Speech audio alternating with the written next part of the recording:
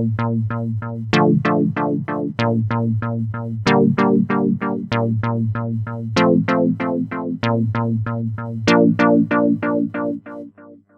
to a video for the Digital Lifestyle Tom. It's a festive edition of my Modwave tutorials. Seeing as it's Christmas, I've got the Christmas jumper on, so I thought what we'd do is look at the Paul McCartney sound from Wonderful Christmastime, and it's the CS-80 sound.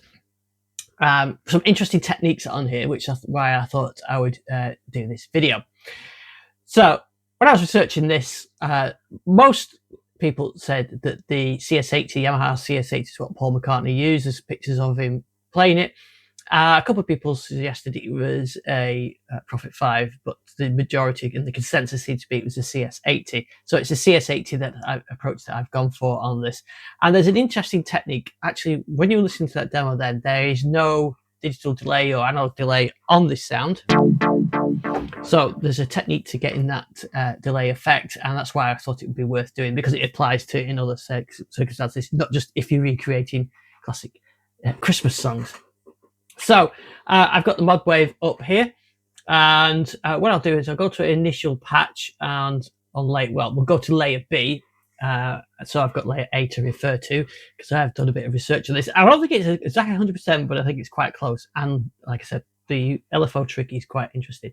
So the research showed that it was CS-80, and it was probably the bass preset with some resonance on it, and then some LFO to get that delay effect. So I'll show you that in a second. So the first thing I'm going to do is select a pulse width waveform. There's no modulation going on it as far as I can make out.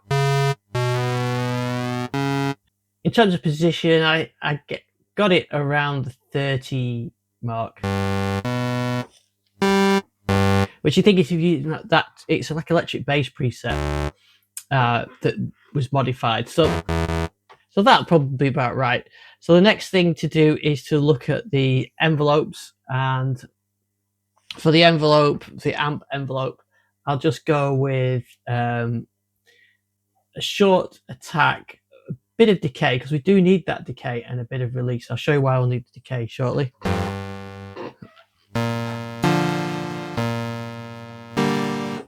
Okay, so that's the first bit. I only need a single oscillator for this as well. Now if we go to the filter, I did mess about with this for quite some time. I ended up settling on a 4-pole low pass filter, and I put the cutoff quite low and the intensity into sort of the 90s. So let's go up into the 90s. And for the filter envelope, so we're getting closer now.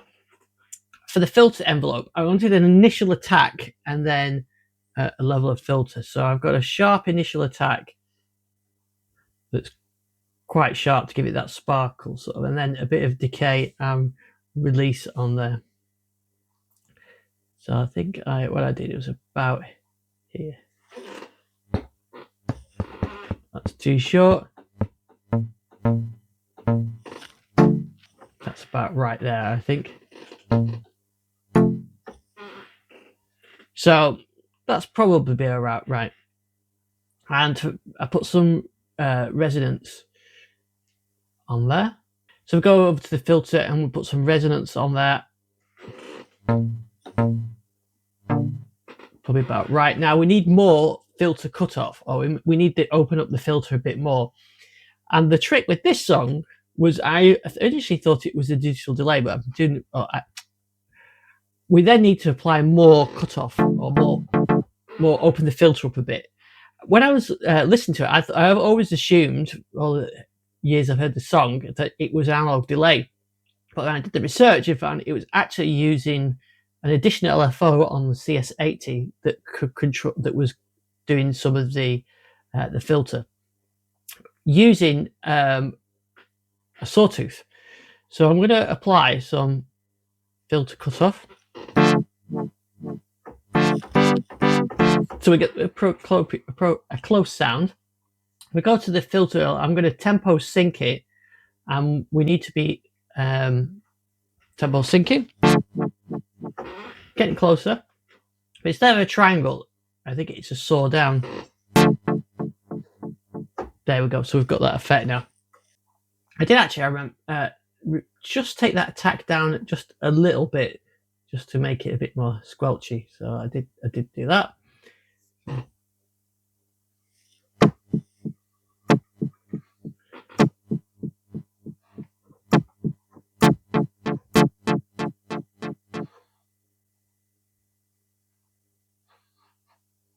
And then open up the filter a little bit. So getting closer now. So I'm going to turn that down a little bit. Turn that down a little bit. There we go.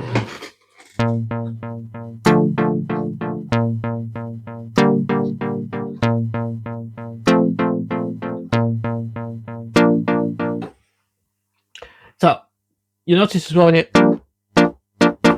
stops, so you don't get the delay on there afterwards. That's because the maybe the amp envelope needs a little bit more release on it. Just sustain up a bit. So that's one of the reasons why I wanted to do this video, is because the LFO technique makes it sound like a delay on there, and of course it's just using that filter. If I change that filter to saw up, you'll hear it differently. But it's a nice little technique. I thought it would. So that's my recreation. The other layer that I did, there's probably a bit more resonance on that as well, so I can turn that resonance up. That's it, put that resonance up. Sounds better. So that's the recreation of the sound. Let's give it a try.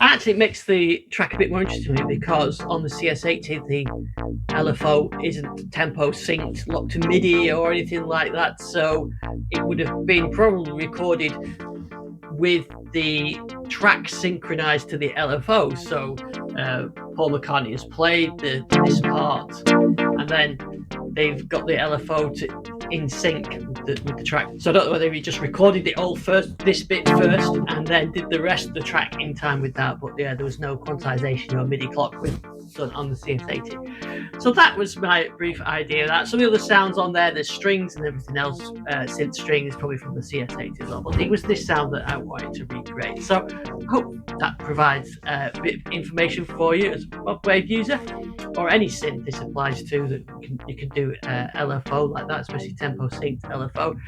Have a great Christmas, and more videos coming soon.